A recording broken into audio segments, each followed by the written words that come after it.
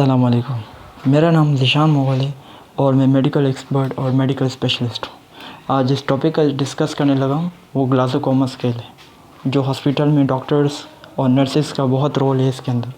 अब जीसे स्केल जो होता है वो हमेशा उन पेशेंट्स पे इस्तेमाल होता है जो ज़्यादातर हेड इंजरी, किसी को ट्रॉमा हो गया या किसी को हेमरेजिक स्ट्रोक हो गया, उनमें ये ज़्यादातर इस्तेमाल होता है, या कोमा वाले पेशेंट।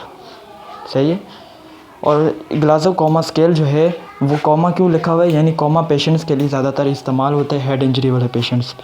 अब इसके मुख्तलिफ़ सिचुएशंस होती हैं, जैसे इसमें आई ओपनिंग होती है, वर्बल रिस्पॉन्स होता है और मोटर रिस्पॉन्स होता है। आई ओपनिंग में ये होता है कि उसकी आइज़ जो हैं वो ओपन होती हैं खुद ब खुद, वो आँखें अपनी खुद ब खुद खोलता है, तो उसको हम लोग 4 पॉइंट देंगे। अगर कोई बोलता है उसके आगे, पेशेंट के आगे, और पेशेंट उसके बोलने पर अपनी आंखें खोल देता है, तो उसको हम लोग 3 पॉइंट देंगे। अगर पेशेंट जो है वो अगर पेन की तरफ है, यानी अगर आप उसको पेन दोगे और पेशेंट जो है उस पेन पे फ़ौरन अपनी आंखें खोल देगा, तो आप उसको 2 नंबर दोगे। अगर आप पेशेंट का कोई रिस्पॉन्स नहीं है आपके ऊपर, तो आप 0 नंबर दोगे। असल में ये जो स्केल होता है ये आपको ये बताता है कि पेशेंट नॉर्मल है या एबनॉर्मल है। अगर ये स्केल हमेशा नीचे की तरफ जाएगा, जैसे 0, 1, 2 की तरफ, तो पेशेंट की कंडीशन क्रिटिकल हो सकती है। अगर ये स्केल जो है 4, 3 तक के दरमियान भी चला गया, तो पेशेंट नॉर्मल हो सकते हैं हर स्टेज के अंदर। सही है। अब वर्बल रिस्पॉन्स जो होता है, एक वर्बल रिस्पॉन्स बोला जाता है, यानी एक डॉक्टर है या नर्स है जो उस पेशेंट के आगे बोल रहा है, ओरिएंटेटेड है, यानी वो पूछ रहे पेशेंट से कि अभी इस वक्त टाइम क्या है, आप किस जगह पे हो, आप कहाँ से आए हो, ये पूरी डिटेल से पूछ रहे पेशेंट से। अगर पेशेंट ओरिएंटेड है, पेशेंट को पता है मैं कहाँ आया हूँ, ये कौन सी जगह है, या इस वक्त क्या हो रहा है, आज कौन सा दिन है, मैं किस जगह से आया हूँ, मेरी क्या बीमारी थी, तो इसका मतलब पेशेंट ओरिएंटेड है। सही है। अगर पेशेंट कंफ्यूज है, यानी पेशेंट उसकी बात, डॉक्टर की बात गौर से सुन रहा है लेकिन वो कंफ्यूज है, सही है, तो उसमें हम 4 पॉइंट देंगे। अगर पेशेंट इनअप्रोप्रिएट वर्ड का इस्तेमाल करते हैं, यानी ऐसे अल्फाज जो उल्टे सीधे अल्फाजों का इस्तेमाल करता है, जैसे एक सेंटेंस है उसके साथ उसने एक अजीब सा सेंटेंस उसके आगे जोड़ दिया, तो इनअप्रोप्रिएट वर्ड का इस्तेमाल करना, तो उसमें हम 3 पॉइंट देंगे।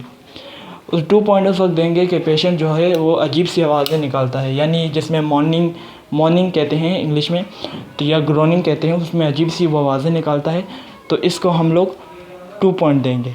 जिसमें वो ऐसे अजीब से साउंड्स निकालता है जिसमें ना डॉक्टर समझ सकता है ना नर्स समझ सकती है। सही, तो उसमें 2 नंबर देंगे। अगर पेशेंट का कोई रिस्पॉन्स नहीं है तो हम 1 नंबर देंगे। सही है। अब हम चलते हैं मोटर रिस्पॉन्स के ऊपर। अब मोटर रिस्पॉन्स का मतलब ये है कि पेशेंट्स की मूवमेंट कितनी है। हम 6 पॉइंट उस वक्त देंगे जब पेशेंट हमारे हुक्म को मानेगा, हम उसमें 6 पॉइंट देंगे। 5 पॉइंट हम उस वक्त देंगे जब हम पेशेंट को पेन देंगे और वो पेन से फ़ौरन अपने पेन को लोकलाइज़ करेगा, यानी जब आप उसको पेन दोगे तो वो आपका हाथ पकड़ेगा जिस जगह पे आप पेन दे रहे हो। सही है, तो उसको बोलते हैं लोकलाइज पेन। वो आपको दर्द वाली जगह पे हाथ नहीं लगाने देगा, उसको बोलते हैं लोकलाइज पेन। अब उसमें आप 5 नंबर दोगे। अब विड्रॉ फ्रॉम पेन का मतलब ये है कि आपने अगर पेशेंट को पेन दी है लेकिन पेशेंट आपका हाथ नहीं पकड़ेगा, जिस जगह पे आपने पेन दिया उस जगह पे पेशेंट आपका हाथ नहीं पकड़ेगा, बल्कि अपनी मूवमेंट आगे पीछे करता रहेगा, यानी अपने हाथ कभी ऐसे मोड़ेगा, कभी अपनी लोकेशन, अपनी पोस्चर्स, अपनी पोजीशन को चेंज करेगा। तो फिर इसमें हम इसको देते हैं 4 पॉइंट्स। सही है, विड्रॉ फ्रॉम पेन का यही मतलब है। अब हमारे पास आता है एबनॉर्मल फ्लेक्सेशन। एबनॉर्मल फ्लेक्सेशन का मतलब ये है कि पेशेंट अपने जो हाथ और पाँव हैं उनको बिल्कुल स्ट्रेट रखेगा और उनको मोड़ देगा, अपने पाँव को मोड़ देगा और अपने बाजू को सीने की तरफ लाएगा, उसको बोलते हैं एबनॉर्मल फ्लेक्सेशन करेगा। सही है, तो इसमें इसके पाँव हाथ मुड़ जाएंगे, तो इसमें हम 3 पॉइंट देंगे। 2 पॉइंट हम उस वक्त देंगे कि जब उसमें एबनॉर्मल एक्सटेंशन होगी, यानी उसके जो हाथ पाँव हैं वो बिल्कुल सीधे होंगे, हाथ पाँव बिल्कुल सीधे होंगे, उसका बाजू भी सीधा होगा। सही है, लेकिन उसके पाँव सीधे होके थोड़े से उसकी पाँव की जो उंगलियां हैं वो मुड़ी होंगी, उसमें एबनॉर्मल एक्सटेंशन होगा, यानी उसकी बॉडी बिल्कुल सीधी है लेकिन उसके पाँव की उंगलियां थोड़ी सी मुड़ गई हैं, उसने खुद मोड़ी हैं। सही है, तो इसमें 2 पॉइंट देंगे। अब 1 उस वक्त देंगे कि जब पेशेंट का कोई रिस्पॉन्स नहीं है। सही है, तो ग्लासोकोमा स्केल नॉर्मल जो होता है वो 15 तक नॉर्मल होता है, सही है। अगर हम आई ओपनिंग की बात करें तो स्कोर जो है आई ओपनिंग का वो 1 से लेकर 4 तक हो सकते हैं। वर्बल रिस्पॉन्स जो है वो 1 से लेकर 5 तक हो सकते हैं और मोटर रिस्पॉन्स जो है वो 1 से लेकर 6 तक हो सकते हैं। तो इन सब को मिला के आपका 15 स्कोर बनता है। अगर आपका 15 स्कोर नॉर्मल है GCS में तो आप नॉर्मल हो। अगर 13 से लेके 15 के दरमियान है तो इसका मतलब है आपके सर के अंदर इंजरी हुई है, माइल्ड इंजरी हुई है, माइल्ड ब्रेन इंजरी हुई है, जिसमें आपका 13 से लेके 15 तक का स्कोर होता है। उसके बाद अगर वो 9 से लेके 12 तक आपका स्कोर हो तो मॉडरेट ब्रेन इंजरी होती है, यानी ये मॉडरेट है, दरमियानी ब्रेन इंजरी। अगर 3 से लेके 8 तक हो जाए तो ये सीवियर ब्रेन इंजरी है, जिसमें पेशेंट कोमा में भी जा सकता है।